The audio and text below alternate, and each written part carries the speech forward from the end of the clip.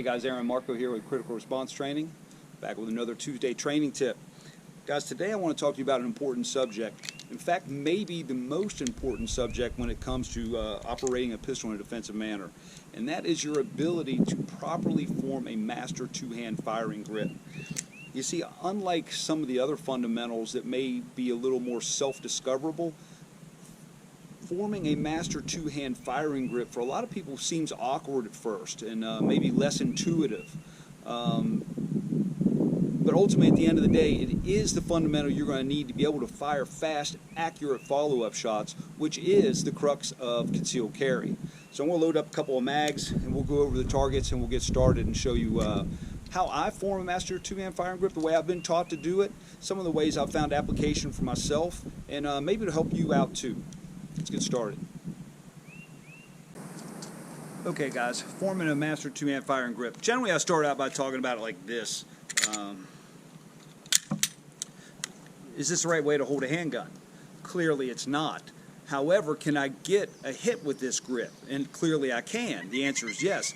I've only got to be able to perform two tasks in order to get a hit. I've got to be able to see my sights, or in this case look through my optic, and be able to press the trigger, in which case I can do both these things. However, the fact is, can I get fast, accurate follow-up shots? And clearly that answer is no. So I said all that to say this, that your grip isn't about the one shot. It's not about a single shot. It's about your second, your third, your fourth, your fifth. It's about your follow-up shots. And if I want to get fast, accurate follow-up shots, then I've got to be able to effectively manage recoil. And here's where your grip becomes absolutely paramount important. So I got to understand physics to some degree. First of all, I've got this reciprocating chunk of steel on top of the gun here. I've got an explosion going on, so I've got energy going this way. I've got energy going back this way.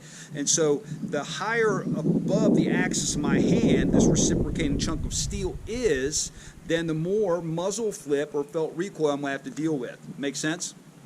Okay, so effectively what I want to do first and foremost is I want to get the best strong side grip on the gun that I can. So I want to get high up on this area right here called the beaver tail. I want to get high up in here, as high up as possible. I want to make sure that my middle finger is in contact with the trigger guard here of my strong side hand, and I want to make sure that my trigger finger is properly indexed along where the slide meets the frame, okay?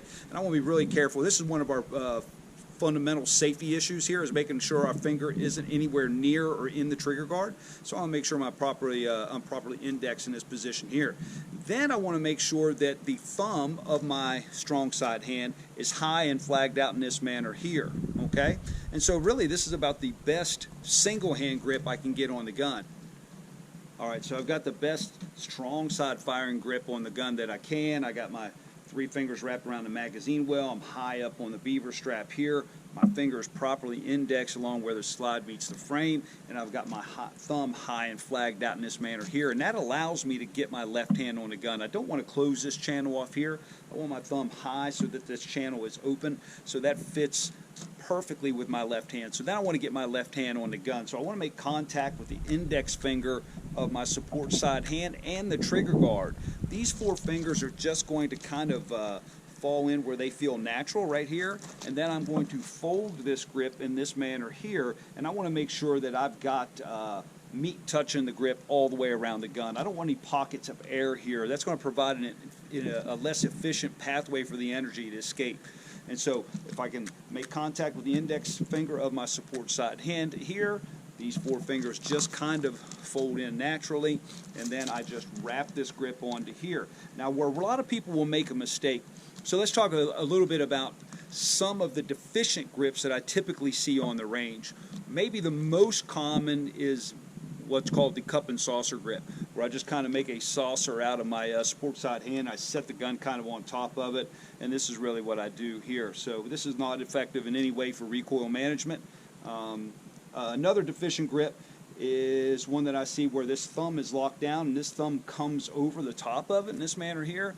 I think in large part that's an artifact of revolver shooting. This is kind of like a revolver grip, or sometimes you'll see thumb behind the back strap of the gun. There again, I think an artifact of revolver shooting that's kind of made its way into the pistol world, unfortunately. This will actually get you hurt. This will get you slide bit. Definitely don't want to do that. as far as this, it's just inefficient. It's not as, is it okay? It's okay, but it's not great. The idea at the end of the day is we want to be great. So we want to provide the most efficient pathway for the recoil to escape the gun.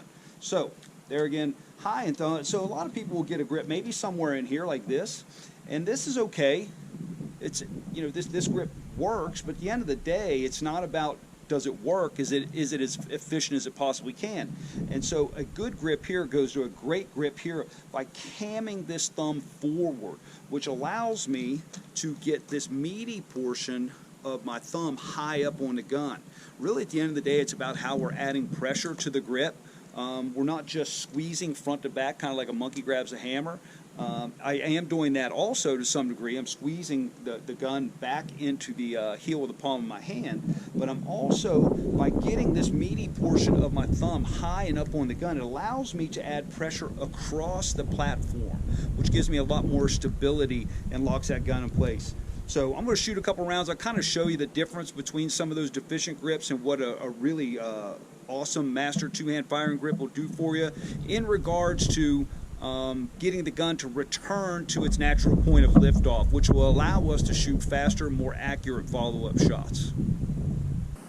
Okay guys, let's go ahead and shoot a few shots now. So I'm going to start out with a deficient grip where I'm not real high up on the back strap, got a lot of empty space here. My left hand's going to be kind of low on the gun, not with that meaty portion up high. And I want you to pay attention to the muzzle flip on the gun. I want you to pay attention to how the gun really pops up.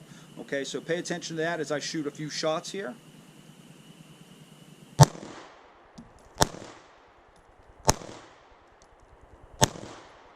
So what you're seeing is a lot of recoil here, a lot of muzzle flip in this. Now let's take a look at that against a really good master two-hand grip where I'm really good and high up on the back strap here, and I got a really active support side hand with the meaty portion of this thumb high and up on the gun, okay? As long as I'm not sacrificing contact back here at the back of the gun, this good high thumbs forward grip.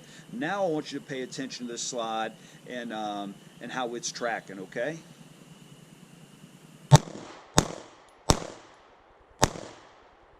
Seeing is this tracking really nice and straight here, so more naturally returning to the point of liftoff, which is allowing me to fire faster and more accurate follow-up shots.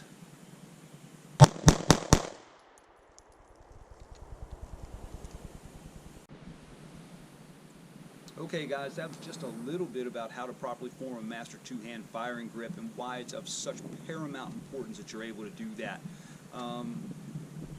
You know, it's a subject that's so big you really can't cover it in a short video like this, and generally it takes a lot of coaching to get people to start to establish this on their own in a repeatable manner.